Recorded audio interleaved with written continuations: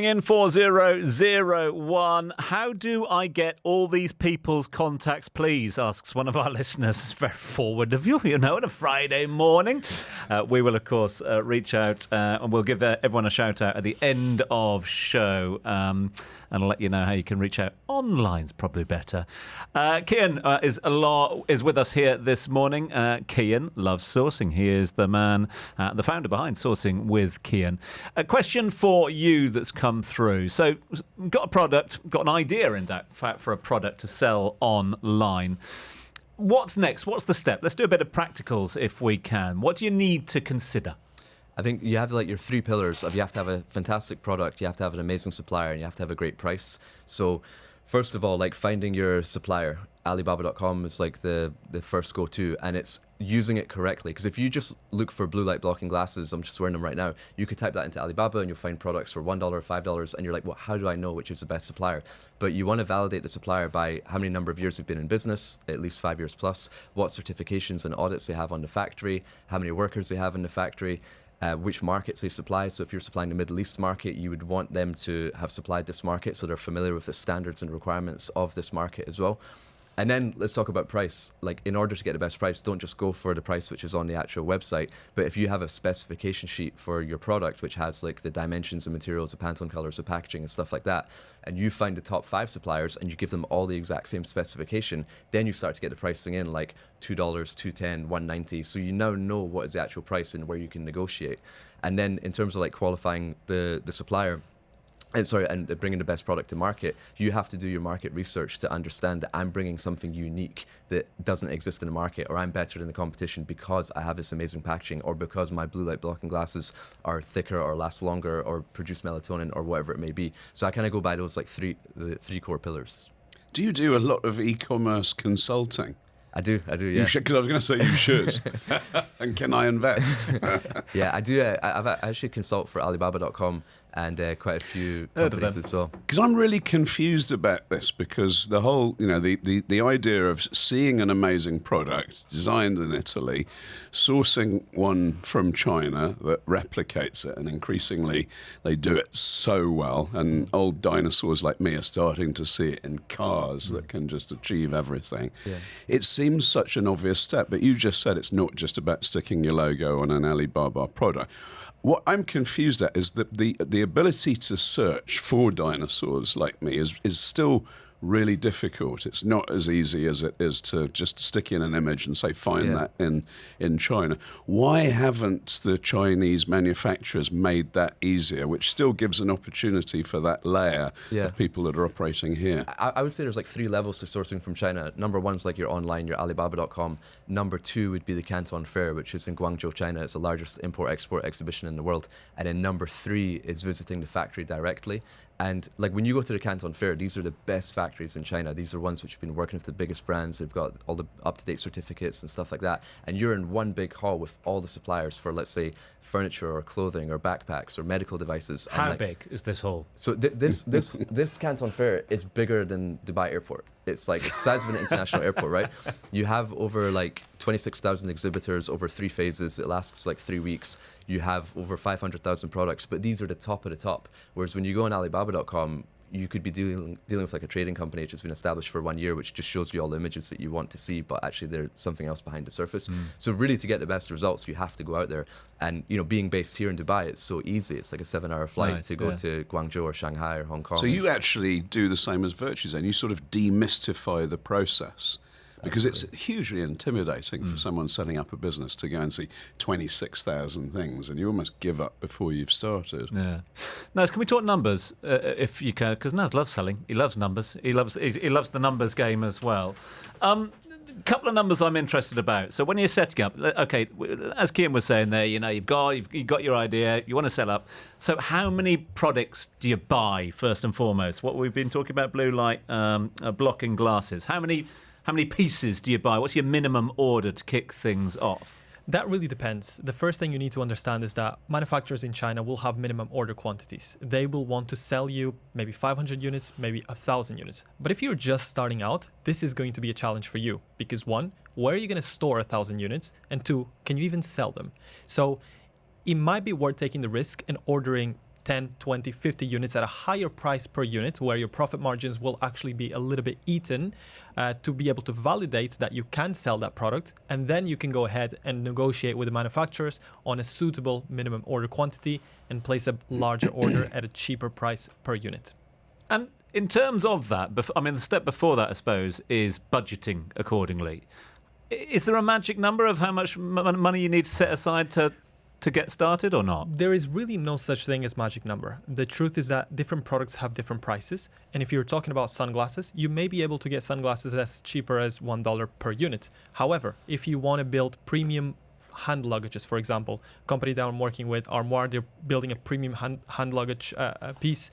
It is very, very expensive, and that's going to reflect on the final price. And that's because for you to build a perfect crafted product, you're going to need different items, and you're going to have to assemble them all together in a facility and then ship them over to Dubai.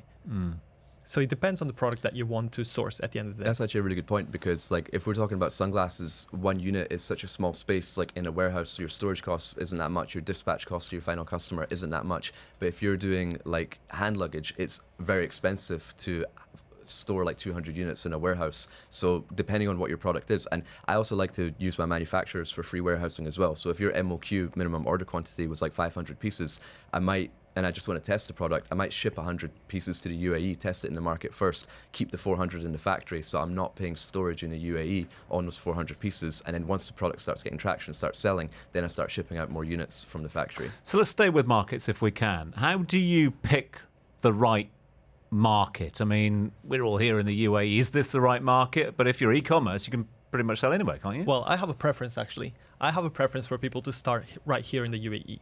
It is very easy to say that if you sell online, you can sell to anyone around the world. But there are so many considerations you have to take. How do you ship a product from here to the United States or to the UK, for example? What are the VAT implications? Who's your provider going to be for logistics and transportation? And there's so many other things to take into account. Whereas here, you are physically here, you know the market, you know what the people like, you know the trends that are going on, and you can bank on that to make sure that you do a successful launch and that you get your initial stages of growth. Concur? Yeah, I think it depends on what type of product you're doing and the level of innovation behind it, because obviously like the US is a much, much larger market size. So if you have something of innovation, I've never seen this before, then I would want to launch it in the US. But I would say, like, for the listeners, if you're a beginner and you live in the UAE, best to start with the UAE, because you will always make mistakes when it's your first time doing it, but better to make your mistakes in a smaller market, learn from this, and then go to the larger markets when you feel experienced. I wouldn't start off with my first venture going to the USA, because maybe in the USA, it's going to be like 10,000 pieces that you have to sell if you get on page one of Amazon, but maybe in the UAE, it might be like 1,000 units. So it's a much less cost risk by starting here, establishing yourself, and then branching out to other markets. It's really good timing, isn't it? Because Trump's just stopping, in theory, a few thousand incredibly brilliant minds going to the States. Yeah. And I think it's the UAE has this massive opportunity to have a brain gain. Brilliant people coming here, operating in an incredibly low tax environment where the logistics is, best port, best airport, lowest tax regime, incredible companies to help you set up and get your banking going. And, so that's actually a really, really important part of it, isn't it? Is being able to send invoices, receive payments, and make sure that happens smoothly and at the best rate. Because in your game, 0.25% on the handling fee or something like that can make a massive difference. Yeah, and it's a really good point about the tariffs as well, because obviously Trump's put massive tariffs on goods coming into the US. Now, if you're a supplier in China and 80% of your exports go to US customers, and now there's a 150% tariff, then production is stopped. And now if you contact those suppliers and say, I'm in the UAE, they're very excited to work with you because they want customers in other regions and other markets. So if you are considering working with Chinese suppliers, now is a perfect time, because suppliers are really, really eager to work with you. You heard it here first, guys. Listen, we're going to take a little bit of a breather when we come back. What are we talking up next? We are talking branding, selling, building an e-commerce brand that lasts. And of course, we'll get wrap-up thoughts from the team. It's a quick fire round here on Starting Up with Virtue Zone. That's how we do things on a Friday morning. Dubai Eye 103.8 traffic. With Yas Island Abu Dhabi. Stay at iconic hotel. Zone. That just jumped back up on me there. We're back on air, and a big thanks to our first guest. It's Starting Up with Virtue Zone on a Friday morning, live here on Dubai Eye 103.8. proffering you with great advice of how to start up and scale up as well. So, you've got an idea for a product and you want to sell it on your own online shop. So, how do you bring that idea to life and bring it to the online market? Today's Starting Up is all about making sure you are building a brand that sticks around, not just flip products. Neil, do you have a lot of e-commerce clients down at Virtue Zone? And if so, what have you observed in terms of the pros and cons? We have a gazillion, and it's super exciting. And on the face of it, it's very, very, very cheap to set up. But a word of warning, you need to build your foundations. So some of the free zone licenses to facilitate e-commerce started about 6K. But for example, if you don't have a visa, then you don't get a bank account. If you don't have a bank account, you can't do much e-commerce, can you guys? So it's thinking about these things. It's thinking about what you need to be able to start, and also planning for the future.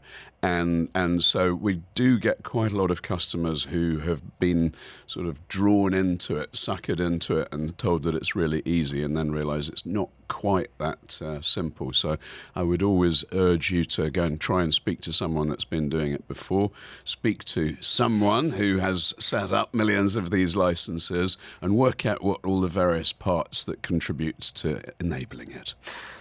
Let's talk sourcing and selling, if we can. We've got two experts in studio going to help us along that route at the moment. First up, it's a warm welcome to the studio to the founder of Sourcing with Kian Golzari. Kian, good to have you with us. Thanks so much indeed for joining. Kian loves sourcing. That's not his handle, all right, people. He just loves sourcing, all right?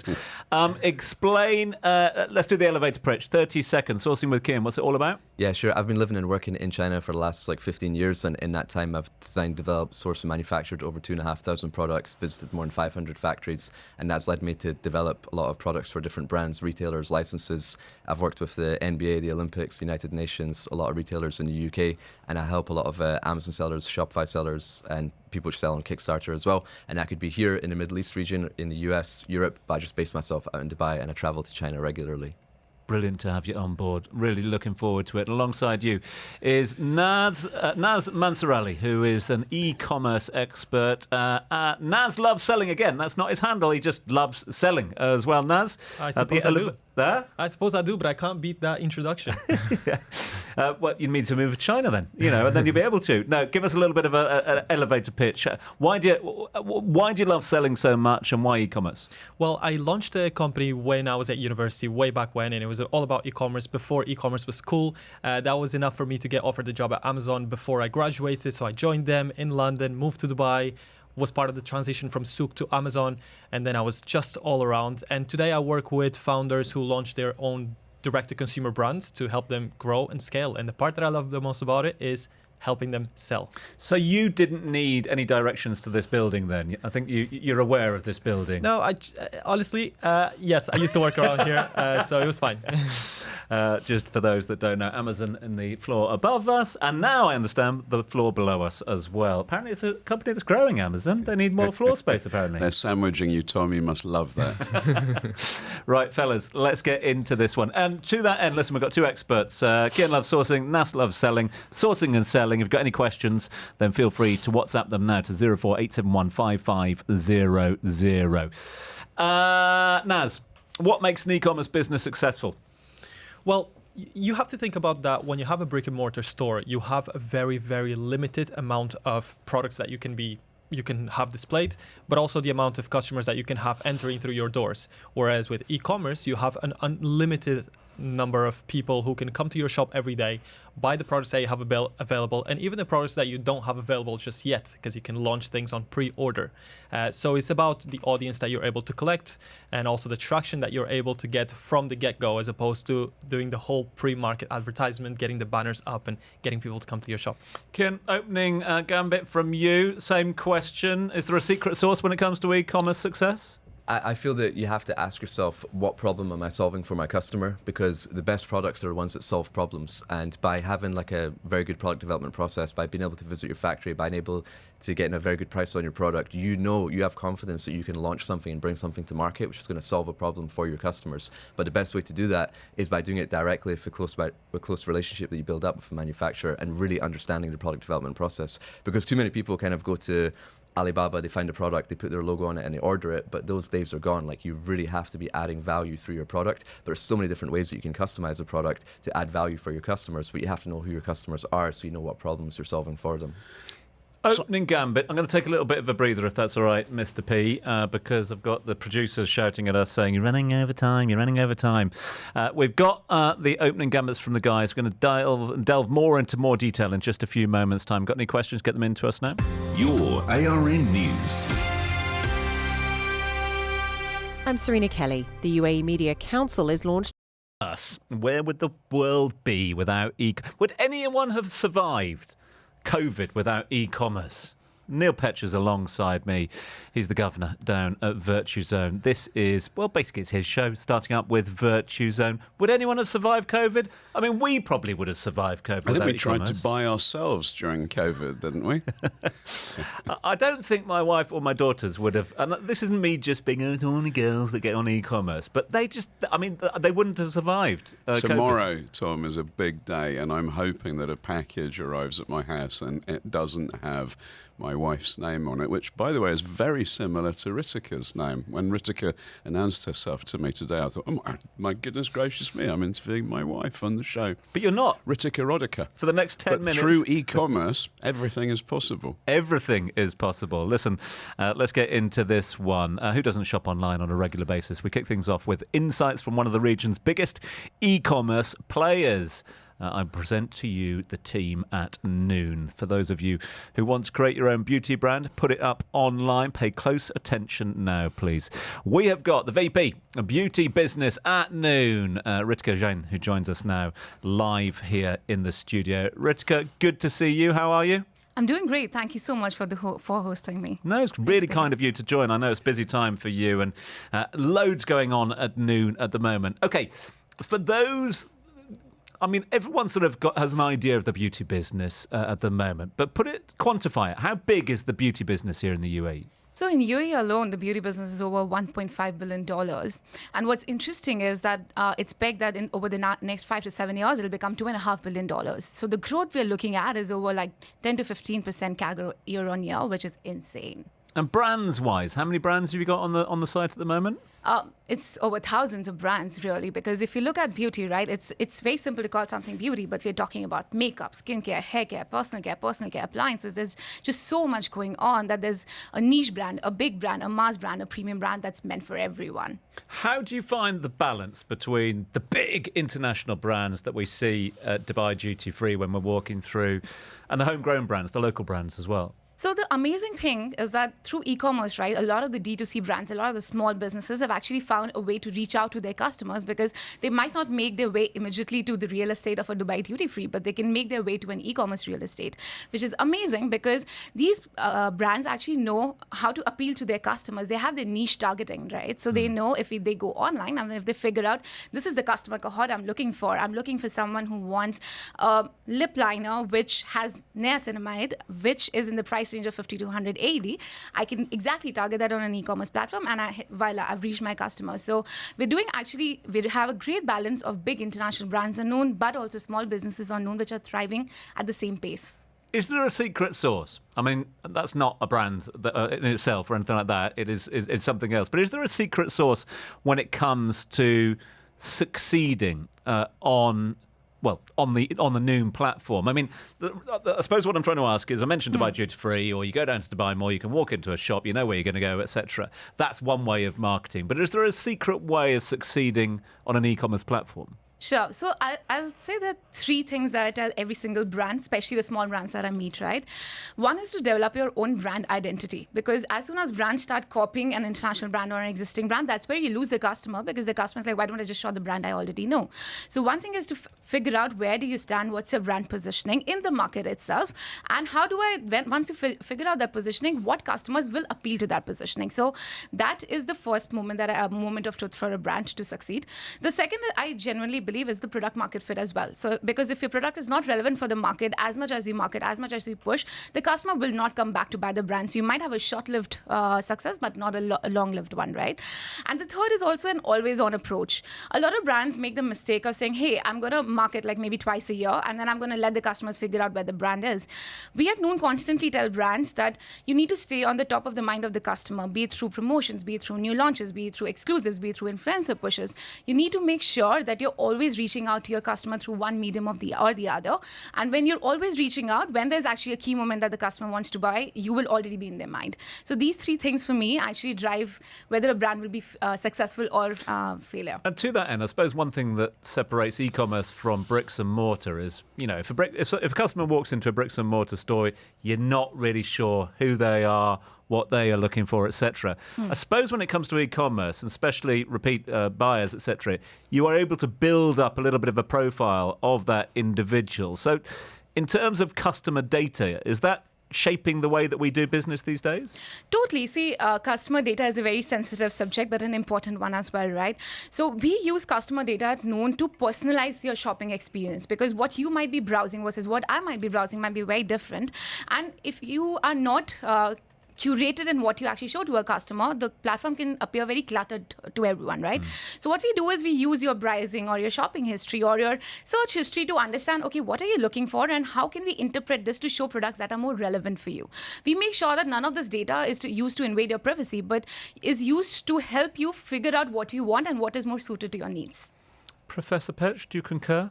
I certainly do, and I'm interested because Noon is a great homegrown brand, and we've had a few viral success stories e-commerce recently, haven't we? Dubai Chocolate, and what are those teddy bears called, Tom, that Richard's going around hanging off his briefcase? Yeah. Yeah, exactly. Tell us what part Noon has played in one of these amazing stories that has gone global. So to be honest, Noon has this program with the DET called Dubai Traders Program, through which we try to promote local businesses to grow online, right? And we honestly have so many success stories we've seen. Like within a year, for example, Yashim, our local fragrance brand, has grown multifold just by being online with Noon. They joined us in 2024 and they're already huge. Oriental perfume brands such as Latafa, Rasasi are some of our top 5 brands on the platform itself. And as you rightly mentioned, Noon is itself a local brand. We're very proud to say that we're by the region and for the region.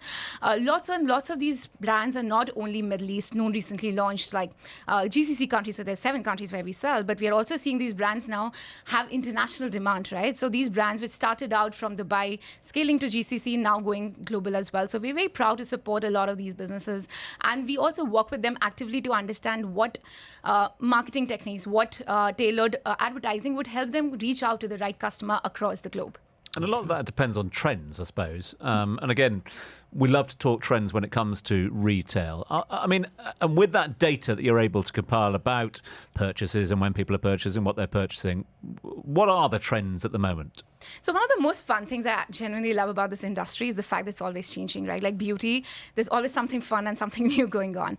I think one of the trends that caught on post-COVID especially was like skincare became the new makeup. Everyone became super aware that it's not about what I put on my face, but how I treat my face itself, right? So while skincare has almost become a hygiene, Korean skincare is still on the trend. We see so many searches for top Korean brands such as Turtle, Cosrx, BOJ. I think that trend is here to stay. Secondly, the new trend in the last 2 years is now that hair care is the new skincare. Everyone's looking at scalp health and saying, hey, how do I improve my hair care as well? More other trends, of course, I think you mentioned it earlier in the point as well. A lot of young customers are now looking to shop online. Yeah. And the brands we see a lot, like top brands like Maybelline and She Glam adapting their products to the young customer to understand what they need, what price point can they shop, how loyal are they to a brand, so on and so forth too. So all the brands are also adopting their products to the young audience and also their creatives, their content to the young audience as well. Okay. Talking of the young audience as well, excuse me if I may, but it's a Friday and I'm going to use the S word live on air if it's okay. Because if there's one thing I know with a couple of teenage daughters recently, in terms of bricks and mortar shopping, we all thought that was dead. And then along comes Sephora, and all hell breaks loose as well. Queues out the door, and Dad, I want this, and Dad, I want that, etc. They created a buzz. They created that sort of drive to coming into the store and everything that was going on at there. How does online keep in line with that? How do they keep shopping exciting? So to keep shopping on exciting, I think you have to appeal to the digital savvy customer, right? So for example, we spoke about personalization. We keep on developing a lot of tools internally to figure out how to enhance customer interacting with their product. So to give an example, we promote a lot of video content because you can't touch and feel the product in your hands on Noon like you can do at Sephora. Yeah. We try to actually show 360-degree view of a product so the customer can see exactly what I'm going to get, how big is it going to be, what is the color I should look at, what the ingredient list I should look at. Similarly, when you talk about experience for a digital savvy customer on and off platform, you want to make sure that if they're browsing on their social media, they can directly click there and go to Noon as well. So when we talk about digital savviness, we also talk about not just on platform product, but also off platform marketing as well to make sure what the customer hears is what they exactly get. You haven't. Your daughter's still a little young for Sephora, isn't she? No, goodness gracious me, no. We call her ELP patch, which is excessive lip product. She's not allowed to use other stuff at school and compensates by having 43 different things on her lip at once. So that's actually the new thing, right? Like with the young generation also shopping more, you see that brand loyalty has gone down. Customers want variety. You're not going to have like 3 lip products. You're actually going to have 30. Yeah. It's just the new norm. Ritika, let me ask you a question. So at this show, we have a lot of people who are thinking to start up. They're competing against big players that have all the margins. So on the licensing side, Tom, for example, it's very easy to start with an e-commerce license, but it doesn't allow you to do a whole bunch of things. So you can't distribute your products to the mainland. You can't have a pop-up store, that sort of thing. So some of the costs are keeping the smaller players out or making it harder, and VirtuZone works on trying to facilitate that.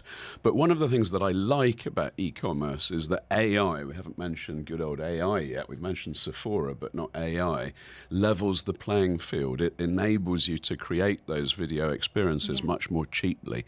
Have you come upon any amazing sort of AI integration stories in the e-commerce side? So totally. I mean, we're using all versions of ChatGPT to make sure we're enhancing the customer experience, right? And we're developing a lot of tools in-house as well, be it in form of machine learning and so on and so forth, to one, simulate what the customer personas could be. And depending on those customer personas, then figuring out what to show the customer, what kind of content will they interact with. AI has come such a long way to enhancing how a customer views a product itself, what kind of content do they see, what kind of steps are unnecessary in a shopping journey to just make it faster for a customer to browse. We constantly are working on AI. I'm very proud to say all our analytics is in-house. All our tools are built in-house. So we work very closely to make sure we're using the best of technology to enhance our customer experience. We are almost out of time, Ritika, but not before I push you for a little bit of advice, if I may. Variety, as Mr. P was saying, we get a variety of listeners here from all different backgrounds, all different industries as well. So let's appeal to those small beauty brands. And I know that a number of them are listening because they've texted in the past. For a small beauty brand or anyone who wants to set up on an online beauty brand, advice. Sure, thanks. Thank you for that question. I really appreciate it because it's like my personal goal to actually grow small brands on Noon as well. So first thing, traditionally, new beauty brands have been afraid to launch on e-commerce thinking, hey, I can't interact with my customer, I can't see my customer. But that is changing really soon, right? I see brands now approaching us saying, hey, now we have the confidence because you can share with us what our customer looks like. So one, I would encourage all brands to not worry about launching on e-commerce. I actually think there are a lot of e-commerce only brands doing amazing in the market now. Secondly, I would also recommend you to find the right platform for your positioning because sometimes I've seen brands just launch everywhere and then you're stuck with, oh, my inventory is everywhere, but I don't know where it's selling. So I would encourage to also look at the platforms that resonate with what your brand stands for. Once you do that, I think there are 4 pillars that I actually tell all brands that come to me. One is assortment, making sure you're always available. You are catering to a designated, identified product portfolio. Once you have that, you need to get the right pricing strategy, be it a high-low strategy, be it a no discounting strategy. You need to figure out what your pricing strategy is so you convey that to your customers as well, and they know when to shop your product. Third, once you do that, is a tailored marketing approach. I really don't think any two brands are the same. So you need to figure out what is my customer segment and what kind of marketing channels work for my customer segment, and then you can work with platforms to make sure you're resonating your on and off platform marketing strategy as well. And then fourth, as I always said, I think brands also, all of us need to be very agile. Once we do the first three, we see if something's working, not working. It takes brands 6 to 24 months to actually build again and again to figure out, okay, what is working, what is not working. And I'm going to redo my portfolio. I'm maybe going to redo my packaging. Maybe I'm going to redo my marketing communications to figure out, okay, what is standing well with the customers. And of course, we are at Known. We really promote small beauty brands to work with us. We are very proud to say DTP also works really actively with us. So anytime, please feel free to reach out to us. We are happy to give you the best account management services. 4 steps to online success from Ritika Jain. Look at that. It's a book already. There it is. Listen, can't thank you enough for coming on in. I know it's a busy time for you, so really appreciate your time. Ritika is the VP Beauty Business at Noon. You might have heard of them. That's for sure. We can't thank you enough. A big thanks to you on behalf of all the team down here at Dubai Eye, and of course to all the team at Virtue Zone. Thank you for joining us. Thank you so much for the lovely questions. Thanks, Ritika. If you could just get the motorbikes to move to the left when I'm in a rush, that would be great. I'll try my best. Right, stay where you are, Ritika. Why? Because we're going to a break very shortly. But up next, two young gentlemen who have helped many businesses by helping them source products and sell them online successfully. So if you want to build your own online store, do not go anywhere. Some great advice coming up, starting up with Virtue Zone next. This is Starting Up on Dubai Eye 103.8. With Virtue Zone. Be your Starting Up is all about making sure that you're building a brand that sticks, that not just flips products. Nas is an expert in the selling field. We've got Kian here, who's the expert in the sourcing field. Got a question coming through, Nas, about building a brand online. Again, I suppose it goes back to that whole, is there one size fits all about how do you build your brand online? Are there any things to keep in mind? Not at all. There are so many ways in which you can build your brand. You need to think about who your target audience is. For a lot of business people, their target audience is going to be on LinkedIn. However, for the most of us who sell products, Instagram, TikTok, YouTube, good places to start. And I think something that people really appreciate these days is buying from people and not from faceless brands. So building in public and showing the process of you sourcing your products, identifying a customer need, talking about how your product can help someone else. That really resonates with people, and I think it's something that it's a cheaper way of running marketing efforts and a cheaper way to get started. The other thing, one word in common between you two, many things in common between the two of you, but you've both mentioned Amazon. You might have worked there. You've been talking about that as a potential. But is that the right channel for all? Because there are other options out there in the market. Absolutely. And no, it's not the right channel for all. I used to work at Amazon for almost 5 years, but I can acknowledge that perhaps Shopify or WooCommerce, for example, is a great place to start. Shopify is so easy because you just set up your shop within a day and you can have it up and running. A single landing page that talks about your product that allows people to buy it. And it's a really, really good starting point, especially if you want to try out something new. Kian? Yeah, I feel that it depends on the level of the innovation of your product, because there's other platforms as well, like Kickstarter, and Kickstarter really pushes products which are like a first of its kind. But the beauty about that is that if your product is innovative, Kickstarter will put that on their homepage, they'll put it on their email list, so you'll get a lot of traffic to your product because of the innovation. Now, if you talk about like Shopify versus Amazon, Amazon's got a lot of warm traffic because if you want to buy like Bluetooth headphones, you're just going to Amazon, type in Bluetooth headphones, and you'll just buy it, whatever one you think's the cheapest or the best reviews, right? So people will buy your product because it's ranked on Amazon, but you don't get the data of that customer. You won't get their email address, you won't get their contact information, so you can't retarget them.